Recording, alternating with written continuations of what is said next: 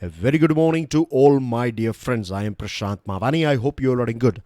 Today is 30th of June 2020. I would like to start today's discussion with a quote by Helen Keller. Never bend your head, always hold it high. Look the world straight in the eye. Look the world straight in the eye. Now, I see the world as your dreams, your reality. And I have observed this thing as well that many people, they don't have some basic courage to think big or think good for themselves. What I'm trying to tell you here is that one of the most basic thing that you need in this world is courage. Courage to think big, courage to think positive about yourselves. And if you cannot do that thing, then your life is going to be, very challenging in this world. And there is nothing in this world that we should be afraid of. Courage is not something that you can buy from eBay or Amazon or Flipkart or your retail store, right? Courage is within us. The only thing is that a little bit of dust has covered this mirror of courage. If you look within, right, with patience, then one day you will find that point within you that has unlimited source of courage. And then you can take this whole world in your hand. Think about it. With this, dear friends, StudyIQ team has designed a smart course. This smart course is for Civil Services Examination. It covers both your pre and mains examination. And to find out more about it, all you have to do is download our mobile application.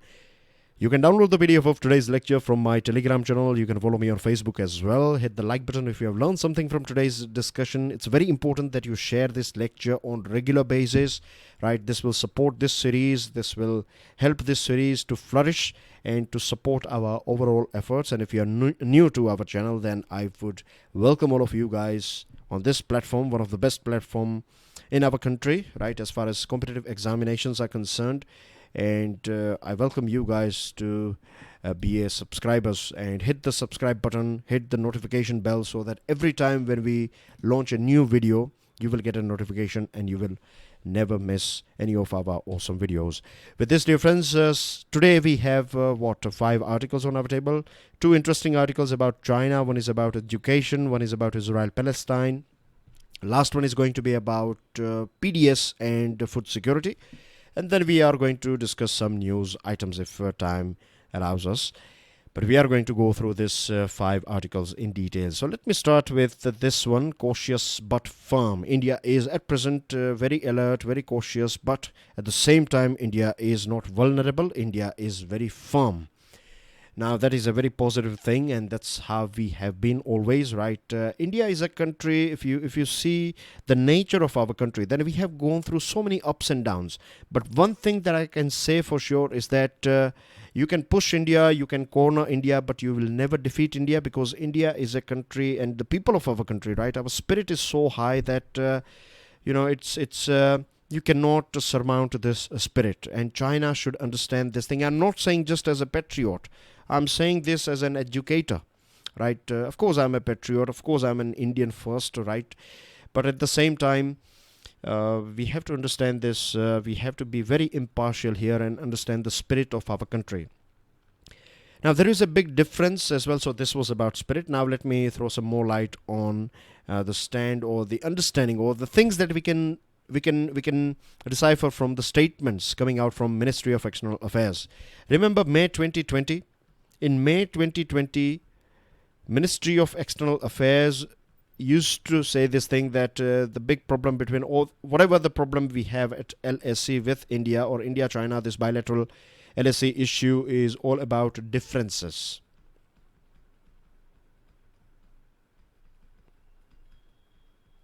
Isn't it? That there are differences in perception of a line of actual control. That was official stand of Ministry of External Affairs, and there's nothing wrong with it. At present, for the very first time, Ministry of External Affairs said that Chinese build-up and clashes with Indian troops had a larger context. It looks like now China is pushing us to such a limit that now we are not ready to take it anymore. patience in dealing with Beijing is reaching a dead end. That's what we can say from this 26th June 2020's Ministry of External Affairs statement. And behavior of PLA. Remember, if we were talking about this thing, that behavior of PLA back in 2013, back in 2014 and 2017. 2017 was this Doklam issue.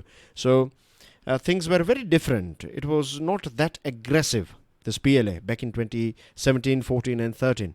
But its behavior in 2020 is altogether new, altogether different.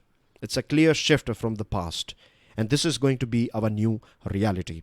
We are going to live with a neighbor that is going to be hostile with us. So we are going to be with a neighbor that is going to be a friend of one of our biggest enemy, that is Pakistan. And there is nothing to be afraid about, right? When we give it to fear, then we will not be able to find a right path out of it. What we need to do is we need to be very practical here, and there are so many things that we can do. I'm going to take you through those things as well. Ministry of External Affairs has admitted that PLA has built up a large armed presence since May 2020. We can see their artilleries and big things. Responsibility to restore peace and tranquility along the LAC is with China. The reason I'm saying is it with China is because you cannot clap with one hand, isn't it? At present, it's like one hand clapping, or so far it was like one hand clapping. India was trying its level best to restore peace and tranquility. Earlier on, we had this discussion on 6th June, and both nations agreed that we are going to be where we used to be, and so many things like that. And what we find on 15th June is that all of a sudden they attacked us. So this attack is, this is a big, you can say, a very bad thing between this relationship between India and China. And as I told you, things are not going to be that, it's not going to be same. So from our side, we are doing everything that is possible. Now it's on them. The ball is in their court. If they want peace and tranquility, they have to work to achieve it. And if they want to have a sort of hostile neighbor, then that's their choice, right? From our side, we are doing everything. One more thing that I would like to add here is that the overall message that we are getting from this overall big picture that we can see from this whole behavior of China is that all bilateral agreements pertaining to LAC signed by both sides since 1993 has been violated by China. Every single effort of last 27 years, right, are literally destroyed by China, are violated by China, and it's going to take a time for us to win, to trust China again. So there are so many things that we can do, that is like military action, international support. We can have support from all those like-minded countries. And I'm going to throw some more light on these things. Third one is going to be sanctions, right? Sanctions, or not buying things from China, services as well as products. But we have to keep this thing in mind. I don't want to just to say these things here that we can boycott Chinese products and we are going to be nothing will happen to our industries. No, we have to understand this thing that all these three actions, military action, international support as well as sanctions, all these three things will come with serious consequences. So we have to prepare ourselves for this thing as a nation. Now, the second article is very interesting. Truth, the reality, the truth is that the Chinese are not going anywhere. They are going to stay here for a bit of long time. And they have no reason as well to go back. If we push them, if we create a sort of military trouble for them, then they may think to go back. If international pressure will mount on them, then they will think to go back. If we boycott Chinese products and services, and if this will genuinely create big troubles for their industries, and if so many big companies, if not just our country, but if other countries, if they start doing this thing, and if the whole global supply chain will get affected, let's say in a nutshell, if we don't buy things from China and if this will hurt them badly, then they will think about going back. But at present, there is no reason to go back for China. As I told you, they have, in large numbers, they have amassed troops and artilleries on various different locations of this line of actual control. Now, I want you guys to understand this thing very clearly, right? Because this is, analysis. It's not about reading the things that you can see on your screen, right? If we dig a little bit deeper in this behavior of China, then what I can sense is what they're trying to generate is fear. They are trying to scare our government as well as people. And this is something that we should not allow them to do. Let me be very clear here. I'm not speaking here as a spokesperson of BJP or Congress or Samajwadi Party or XYZ political parties of our country. I'm speaking with you guys as an educator. I see myself as a very impartial person, right? I'm not member of any political party. So there is no, there is nothing that there is no interest. I don't make anything out of it. It's not in my, benefit. I don't benefit from supporting any political party here. So I'm not speaking as any political person here. I'm being very patriotic here. I'm being very Indian citizen here, that we have to support our Indian government at present. And trust me, I would have said the same thing if Manmohan Singh ji was there, or if Rahul Gandhi ji was Prime Minister, or at present Narendra Modi ji is Prime Minister, right? Whoever is Prime Minister of our country, I will stand with that government. Because when it comes to external threats, as citizens, as a nation, we have to stand with our government. This will give a sort of, a very, government has everything. But when Indian citizens are with government, right, when our support is there with the government, then that will give a sense of confidence. That is like that API, active pharmaceutical ingredient, right? That is that therapeutic thing that we find in medicine. So that's the medicine for confidence and courage of our government. So we as a people, as political parties, every political parties, every single party, every individual, every organization, every one of us, NRIs included, right, we have to stand with government of India. There is no reason we should be afraid of China, because that's what they are trying to do here. Our yesterday's discussion on Amit Shah's statement on Aksai Chin and our army building this DSDBO road. Give me the full form of this DSDBO road in the comment section, right? We were talking about this thing yesterday. So what China is trying to do here is China is trying to create this fear. China is trying to signal us this thing. They want us to learn this lesson, that next time if you say anything about Aksai Chin, which is very important for us, when I say us, I'm talking about China, that what they are trying to tell us is that if you say anything about Aksai Chin, if you try to jeopardize our CPEC, if you are building this road, this DSDBO, or in future if you are thinking about building any other road, then you will think twice. Not twice, you will think 100 times, that if you do anything like that, then China is going to be on you. This dragon will not leave you. That's what they are trying to tell us. And we are not going to get afraid of this sort of their aggressive posture. India needs to take the bull by its horn for a better tomorrow. We should have done it yesterday, but it's okay.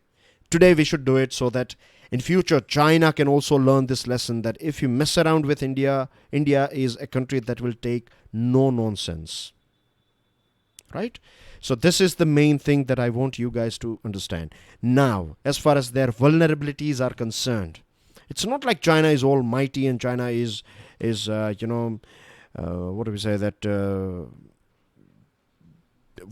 I can't get the right word. Anyway, there are ways to create troubles for China. China is also vulnerable. No country is 100% shielded or guarded, right? And so is China. So there are so many vulnerable points of China. I'm going to discuss this with you guys. The first thing is that China is trying to project itself for a very long period of time that it is You cannot surmount China, and China is very, strong.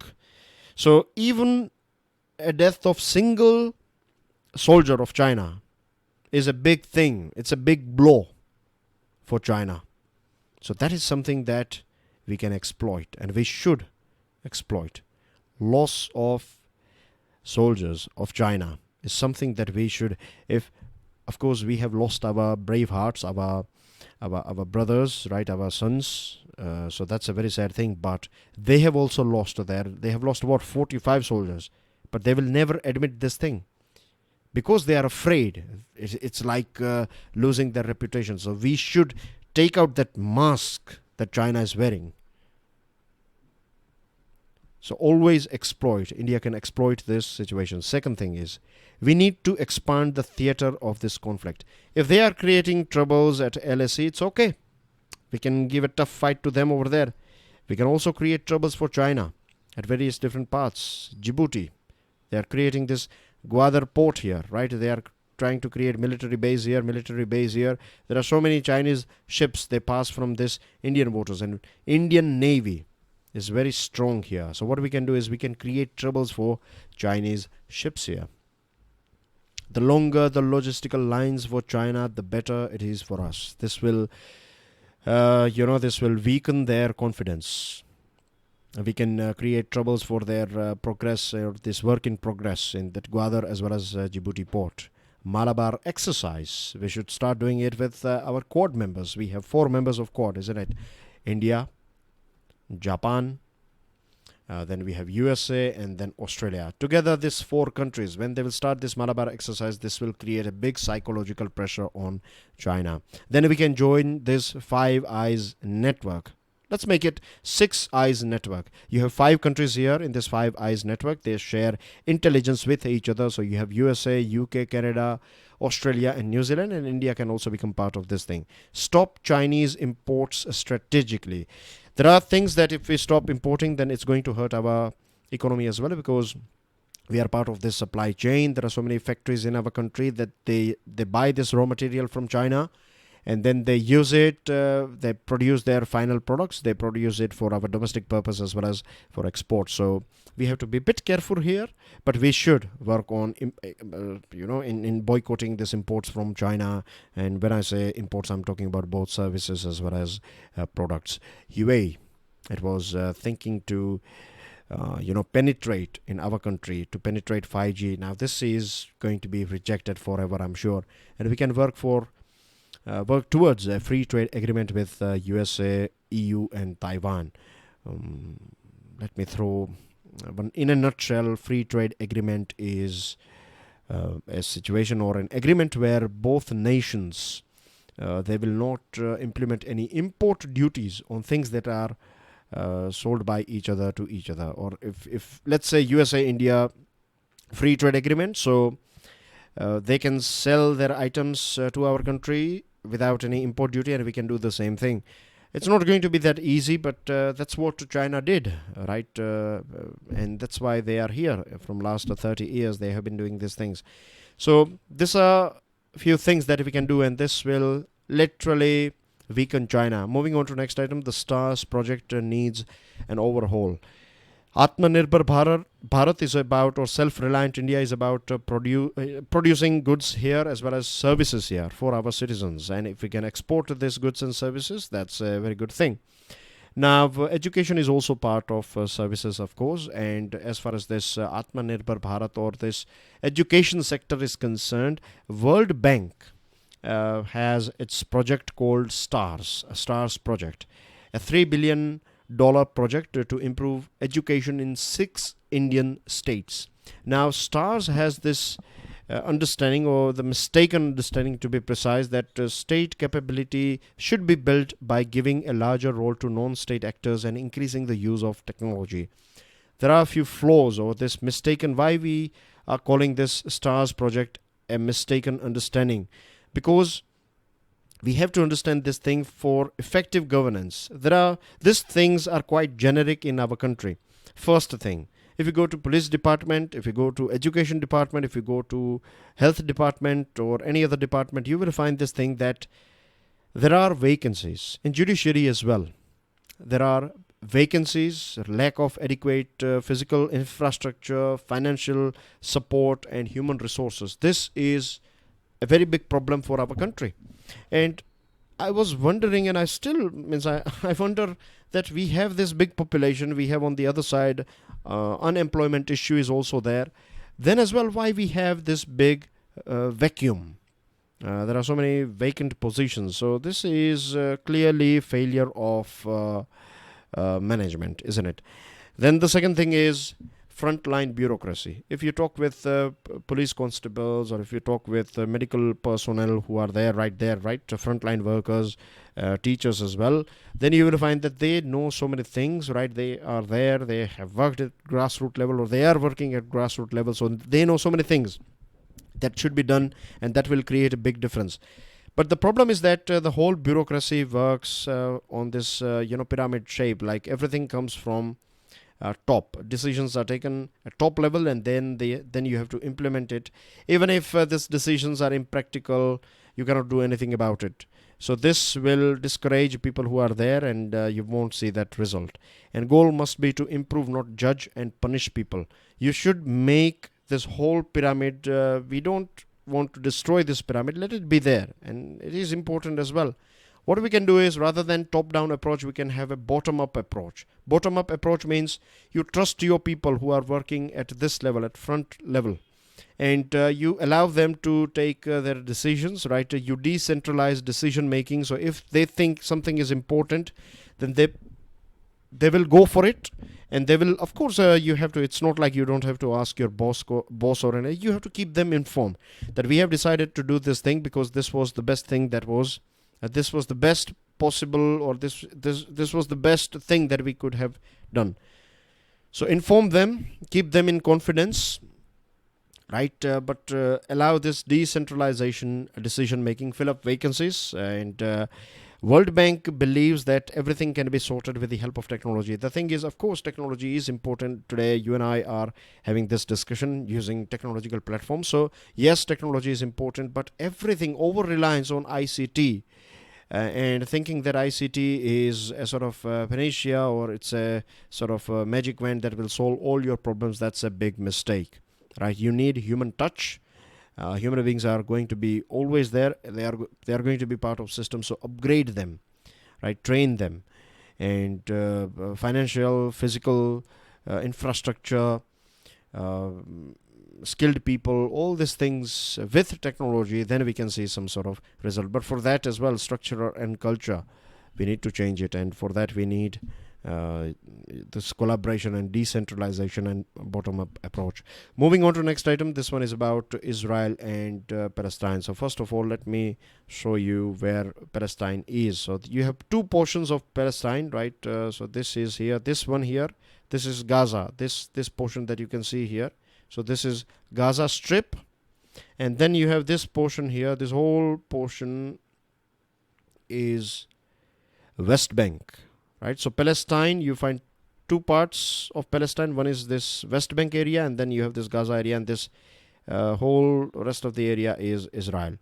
Now, on 24th June 2020, UN Secretary General Antonio Guterres has said this thing at a virtual meeting of United Nations Security Council, that Israel is going to annex parts of West Bank, parts of this portion, West Bank, from 1st of July. And this was a big plan of, or this is a big plan of Benjamin Netanyahu, the Prime Minister of Israel.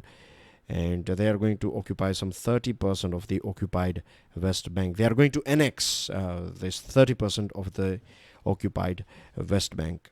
So this is going to be, a big challenge for this part of the world, and it's going to be a big part of it. It's going to be a challenge for the whole world as well. This thing is going on for a very long period of time now, and it is also believed that Trump administration is supporting Israel. It is with Israel as far as this annexation is concerned. If we go through international law, then annexation is totally wrong. It is illegal, right? You cannot annex someone's territory by war or by force, And this has been said by United Nations Human Rights Council. It has been said again and again by United Nations Security Council. It has been said by UNGA, that is General Assembly. So it's going to be very wrong, right? I'm not taking side of Palestine here. I'm not taking side of Israel here, right? Being very, impartial here. And that's what India has been so far. India is a country, we have good relationship with Israel. We have good relationship with Palestine as well. And at present, we are suffering with something similar, right? On one side, Pakistan, on the other side, China, the things going on in our country. So we should take a leadership role here, and we should convince Israel as well as Palestine that if the troubles or the problems through which you guys are going, right, there is going to be no end for this thing. Generations after generations, they are going to face this issue. So let's solve it on the table rather than being aggressive here. And I think this is the best solution, because India has always been there as far as when at international platform. India has always followed and supported proper rules and regulations. And our philosophy as well is all about Vasudhaiva Kutumbakam, that the whole world is our family. So for India, Israel as well as Palestine, both are important. And at the end of the day, if people are going to die, then it's the human beings, they are going to die. It's not about Jews, it's not about Muslims here, it's about human beings here. And we all are in a way, connected with each other when it comes to a global platform. So I think this is my personal opinion. India's stand should be, India should try to, bring this both nations on table, that they should negotiate and discuss things rather than being aggressive. Moving on to last topic of the day, grain aplenty and the crisis of hunger. We know that economic crises are going on.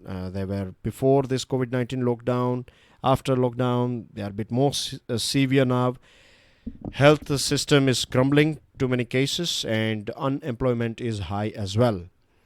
So it is very important for the nation to support those poor people. We should make sure that they don't sleep hungry. And under this Pradhan Mantri Garib Kalyan Yojana, Government of India has issued this 1.70 lakh crore rupees package that will cover all those people who are part of this National Food Security Act. They will get 5 kilo of food grains and 1 kilo of pulses for free. So that's a big support. And Atmanirbhar Bharat package added some migrant workers. Some 8 crore more people were taken on board. The only sad thing is that this was for 3 months' time, and today is 30th June is the last date, and so is for this Atmanirbhar package.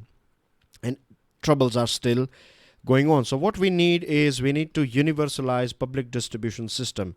No matter, it doesn't matter if you have BPL card or APL card, right? If you need food, if you need this food grain and pulses, then you should get it. That's what India should work for. Universalize it. And those people who don't need it, they will give it up. If they don't need government support, then they will give it up. Let them decide to give it up, just like Ujjwala Yojana. Then government is also talking about one nation, one ration card. It's a good thing if it works, but we have to keep this thing in mind that there are so many network issues, there are so many authentication failures, and these technical issues should not deny, or it should not refrain those poor people from getting these food grains, right? What government should do is government should universalize PDS, giving 10 kilo of food grains per person per month will require us for 4 months. We need 47 million tons. How much we have? We have 100 million ton of food grain at present in our stock. Buffer stock limit is 41 million. So we have nearly 2.5 times or nearly 3 times the stock. And Kharif season is going to add some more stock in our granaries. So we are not, there is no shortage of food grains. So we should universalize it, and there should be a system like if your technical things, if they don't work, then no one should be denied. If someone comes to you, when I say you, I mean to say a PDS shop, then they should get the things that they need, right? Of course, we need to keep it. Someone will try to make money, but because of those few people, we cannot let our people sleep hungry. So we have enough food stop, and universalization is something that we should uh, opt for. And that's basically in today's discussion. That's everything in today's discussion. There are a few news items, a few points that I would like to quickly take you through. Unlock 2.0 is on. And this are the things: metro rail services, gymnasium, swimming pools, and entertainment parks, theaters, bars, etc. will they will be kept closed. Schools as well. Prime Minister Modi is going to address nation today at 4 p.m. Coronavirus recovery rate 58.67%. And India China, this morning the discussion is going on. Let's hope that we'll find something positive out of it. 2 terrorists hunted down in Jammu and Kashmir. Government has banned 59 mobile apps of China. 7-year floating rate saving bonds taxable scheme will start from 1st July. National Fertilizer Limited has launched 5 mobile soil testing labs. It will help our farmers immensely. India's first human space mission Gaganyaan will not be affected by COVID-19. And these are few other headlines. And one positive headline is that China will deliver first 6 Rafales by the end of July. And that's everything in today's discussion. Thank you very much for watching this video. God bless you all. Jai Hind.